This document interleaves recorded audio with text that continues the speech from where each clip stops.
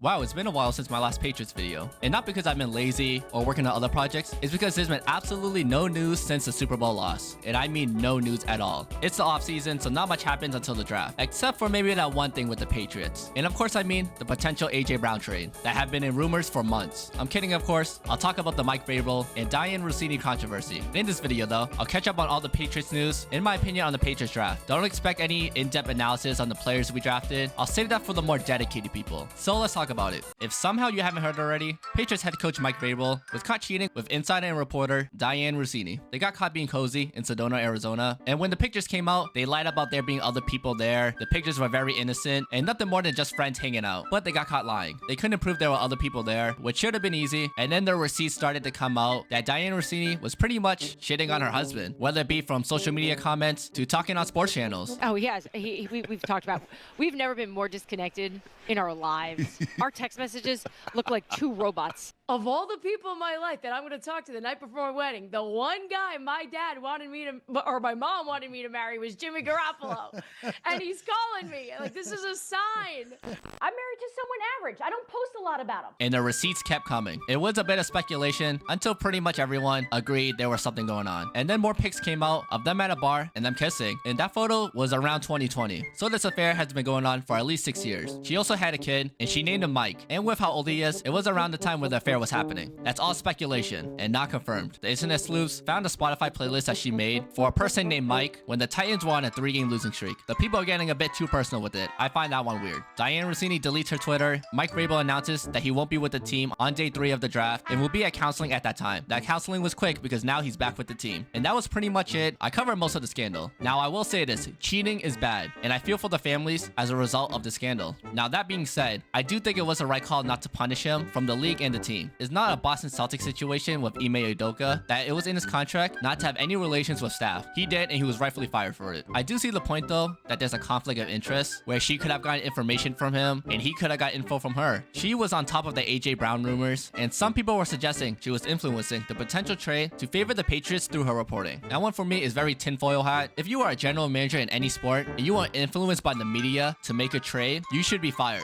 Plus Howie Roseman is too smart for that. There were little rumors sparked up through social media that Mike Vrabel would potentially be stepping down because of the controversy, which please no. I find that untrue, and it's just people making up stuff because it's the offseason. This dominated sports news because there wasn't much going on in the NFL during this time, and this was peak offseason gold. The memes were funny, but again, I feel for the families that have to go through this. Mike Vrabel and Dianna Russini did nothing wrong except for cheat. They were 2 consenting adults that had an affair and did nothing illegal. I'm sure other reporters and insiders definitely have their ways to get info from coaches, players, management through ethical or non-ethical means. I don't think this will affect the team. For the players losing respect for him, hell, they just had Stephon Diggs on their team when his case was ongoing, and it didn't seem they lost respect for him. They did something bad, got caught, and are moving on from it. But remember, cheating is not a crime. Ava, on people or on tests? Both.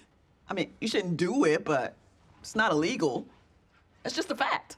next is the A.J Brown rumors. The rumors been going on since the season was still going, and I just wanted it to happen already or get traded somewhere else so it could be over. With the reporting, it seems like it would happen after June 1st. I thought it would be in the best interest for the Patriots and Eagles to get it done before their draft, so the Eagles can get their picks to help them now, and the Patriots can deal with losing the first round pick sooner rather than later. But you know what's more important? Cap savings. The dead cap for the Eagles with A.J Brown would be $43.5 million, but if he's traded after June 1st, it would be $16 million the first year, then $27 million the next year, so they're saving $7 million for this upcoming year. I would love A.J Brown for this team. He's a true #1 receiver, and I'm sure his hands will be all good. From all the reports, it seems that a first round pick would definitely go, and maybe a little something extra. The Patriots wide receiving room is crowded, but I doubt the Eagles will want any of our younger receivers. So if the Brown trade goes through, I do see the Patriots moving a receiver. I would say the receiver would probably be Kayshon Boutte because he has the most value on the Patriots. I don't want him to go, but it just seems there's too many cooks there, and we know A.J Brown wants the ball. I'm just ready for it to be over, and we'll see what team he goes to after June 1st. Now for the Patriots draft. Again, I'm not going in depth. With all the players they drafted, I'll leave that to the smarter people. From looking around, the Patriots draft grade was hovering around the B to C range. With this chart by Renee Bugner, they were 19th for draft grade, based off the consensus of the sports journalists. I thought it was a fine draft for a team picking towards the end of the rounds. Sports fans will always hype up their own prospects, and they convince themselves to love these guys. Let's be honest, there will be misses and hindsight moments when the season starts and years to come. The Patriots had a great draft last year, year, and hopefully with the guys they drafted this year, they can at least be serviceable and fill in when injuries happen. Coming into the draft, I thought the biggest needs were O-line, edge, and we should take a tight end. I was surprised they moved up in the draft from 31 to 28 trading with the Bills because the Patriots usually trade down, but with the second half of the first round, a lot of O-linemen were being taken, so they probably felt the need to move up and take their guy, Caleb Lomu. He has to be a good tackle. Just look at what he was wearing. He's wearing jorts. That is a sign of a great tackle. The sussy dance was a negative for people. I'm gonna act like I didn't see this. I don't know what, man.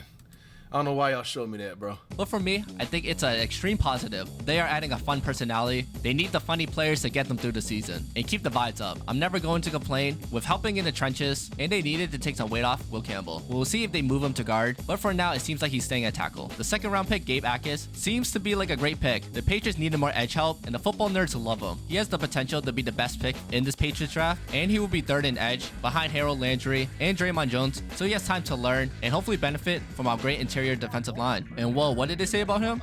He doesn't mind rubbing you and putting your face in the mat and kind of drumming you a little bit. Little chicken wing as he made him die.